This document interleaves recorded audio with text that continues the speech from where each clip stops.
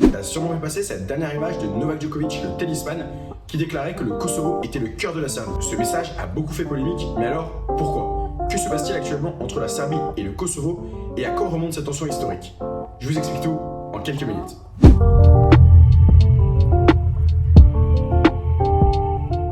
Alors déjà, il faut bien situer ces deux états sur la carte. La Serbie, elle se trouve juste ici et le Kosovo juste là. Alors il faut savoir qu'à l'heure où on se parle, le Kosovo compte environ 1,8 million d'habitants, donc 90% d'Albanais et la plupart sont musulmans. Mais il y a aussi une petite minorité serbe qui vit toujours au Kosovo et qui sont eux des chrétiens orthodoxes. En Serbie, la population est quand même bien plus nombreuse puisqu'on compte environ 6,8 millions d'habitants. La situation est très tendue au nord du Kosovo, où vivent de nombreux Serbes qui en fait ne reconnaissent pas l'autorité du Kosovo. Et en fait, il y a une semaine, des centaines de manifestants de la minorité serbe du Kosovo ont décidé de protester violemment contre les forces de l'OTAN. L'OTAN, en fait, c'est l'alliance militaire entre les pays occidentaux qui se trouvaient sur place. Et il y a eu des scènes très violentes qui ont été montrées notamment sur les réseaux sociaux. Alors si ces manifestants sont aussi agressifs, ça remonte en fait à il y a quelques temps. En fait, en novembre dernier, le gouvernement du Kosovo avait exigé de tous les Serbes qui vivent sur son territoire d'avoir ses propres plaques d'immatriculation. Autrement dit, ils ne pouvaient plus avoir les plaques d'immatriculation serbes, mais ils devaient avoir celles du Kosovo. Alors les Serbes n'étaient pas du tout d'accord avec ça. Et du coup, pour protester, les maires serbes qui vivent au Kosovo ont tous décidé de démissionner. Il fallait donc organiser de nouvelles élections, ce qui a été fait en avril, sauf que les Kosovars serbes ont décidé de les boycotter, ce qui a donné une participation de 3,5% et l'élection de maires albanophones. Alors évidemment, ils ont été élus légalement, donc il n'y a pas de problème là-dessus, mais le problème c'est leur légitimité, puisqu'il y a seulement 3% de la population qui a participé à cette élection. Alors même si la protestation est forte, d'après les spécialistes des violences politiques, et notamment Nathalie Duclos, il ne devrait a priori pas y avoir de guerre, puisqu'on a quand même toujours une forte présence de l'OTAN sur le territoire du Kosovo. Les tensions restent tout de même très fortes, puisque le président serbe tente en fait d'unifier tout son peuple derrière la cause des Serbes du Kosovo. Il faut savoir que pour la quasi-totalité des Serbes, le Kosovo appartient toujours à la Serbie.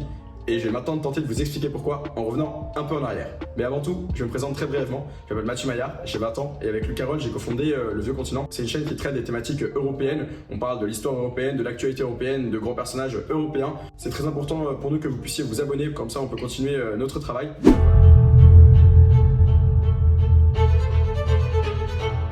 Alors depuis 1918, la Serbie et le Kosovo font partie de ce qu'on appelait la Yougoslavie, qui était constituée d'autres pays des Balkans comme la Croatie ou encore la Slovénie. Alors jusque-là, pas de problème, sauf qu'en 1974, la constitution de Yougoslavie va reconnaître un statut autonome pour le Kosovo.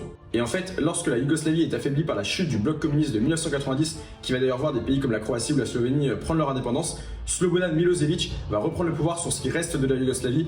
Donc en gros, la Serbie et le Monténégro, on va juste rester sur la Serbie pour simplifier ici. Et en fait, dès qu'il arrive au pouvoir, Milosevic va dissoudre le statut autonome qui était jusque-là octroyé au Kosovo, ainsi que son parlement et son gouvernement. Il a en fait à ce moment-là un très grand projet nationaliste, celui de créer la Grande Serbie. En gros, il veut unifier autour de la Serbie tous les pays dont la population est en partie serbe, sauf qu'évidemment les Kosovars ne veulent pas se laisser faire et la guerre va finir par éclater entre les deux provinces. La guerre du Kosovo va alors opposer l'armée serbe aux séparatistes kosovars de mars 1998 à juin 1999 et le bilan sera de 13 000 morts. On est à ce moment-là en 1999 et face à l'échec des négociations diplomatiques, l'OTAN va décider d'intervenir contre les forces serbes qui l'accusent en fait de réprimer la population albanaise du Kosovo. Il faut savoir que durant cette période, il y a quasiment 1 million d'Albanais qui vont fuir le Kosovo. Alors il faut savoir qu'à la suite de cette intervention militaire, le Conseil de sécurité de l'ONU décide d'envoyer une mission diplomatique qui a pour but de renforcer la démocratie au Kosovo, d'organiser de nouvelles élections et peut-être un jour de pouvoir lui permettre de devenir indépendant. Et 2 ans plus tard, donc en 2001, des institutions provisoires vont naître et vont permettre au Kosovo de s'auto-administrer.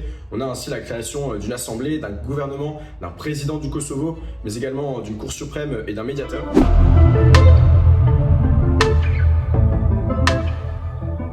Il faut savoir que le Kosovo va rester sous l'administration des Nations Unies jusqu'à la déclaration de son indépendance qui intervient en 2008. C'est une indépendance d'ailleurs qui fera beaucoup débat puisqu'elle est reconnue par une grande partie des pays d'Europe de l'Ouest mais beaucoup moins par les pays d'Europe de l'Est. Vous pouvez le voir sur la carte, mais bon, ça je vous en parlerai plus en détail dans la partie 3. Alors vous vous en doutez, la Serbie refuse de reconnaître l'indépendance du Kosovo et un dialogue va alors se mettre en place qui va tenter de mettre sur la même table la Serbie et le Kosovo pour qu'ils discutent. Alors plusieurs accords vont être signés mais on n'arrive pas à se mettre d'accord sur le principal qui est le statut du Kosovo. En 2012, il y a une nouvelle étape qui est franchie puisque la Serbie accepte pour la première fois que le Kosovo rejoigne les forums régionaux. En gros, vous savez, la Serbie et le Kosovo se situent dans les Balkans et du coup il y a beaucoup de réunions entre ces pays-là pour discuter. Et du coup le Kosovo peut participer à ces réunions depuis 2012.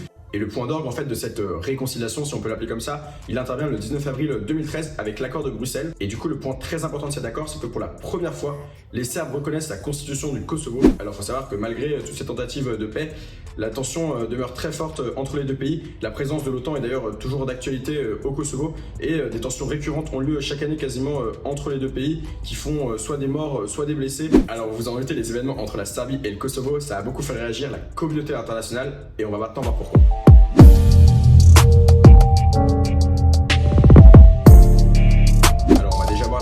Des différents pays du monde sur la reconnaissance ou non de l'indépendance du Kosovo et on va voir également comment ils ont réagi aux événements récents qui ont émaillé entre les deux pays. Alors vous vous en doutez, la reconnaissance de l'indépendance du Kosovo, c'est un sujet qui divise beaucoup, que ce soit en Europe ou dans le monde. Et du coup sur les 193 États membres de l'ONU, il y en a 136 qui reconnaissent l'indépendance du Kosovo, ça fait environ 70%. On a des pays même au sein de l'Union Européenne qui ne reconnaissent toujours pas l'indépendance du Kosovo, c'est le cas de l'Espagne, de la Roumanie, de la Grèce, de la Slovénie, mais également de Chypre. Alors parmi les autres grands pays européens, la France, l'Allemagne et l'Italie reconnaissent eux l'indépendance du Kosovo, mais c'est pas le cas de la Biélorussie par exemple ou encore de l'Ukraine. Même à l'échelle très locale, il faut savoir que puisque le Kosovo est entouré en fait de 4 pays différents, donc hormis la Serbie qui ne reconnaît pas son indépendance, les 3 autres pays, donc la Macédoine, l'Albanie et le Monténégro qui se trouvent autour du Kosovo, ont eux tous les 3 reconnu l'indépendance du pays. Alors il faut savoir que depuis les événements récents, la communauté internationale a beaucoup réagi, à commencer par la Russie de Vladimir Poutine qui a déclaré qu'elle apportait son soutien inconditionné aux Serbes, qu'il fallait respecter le droit des Serbes du Kosovo. Alors il faut savoir qu'il n'y a rien de surprenant là-dedans puisque la Russie n'a jamais reconnu l'indépendance du Kosovo et c'est toujours passé du côté de la Serbie. De leur côté, l'OTAN et l'Union Européenne ont demandé à ce que les violences cessent immédiatement.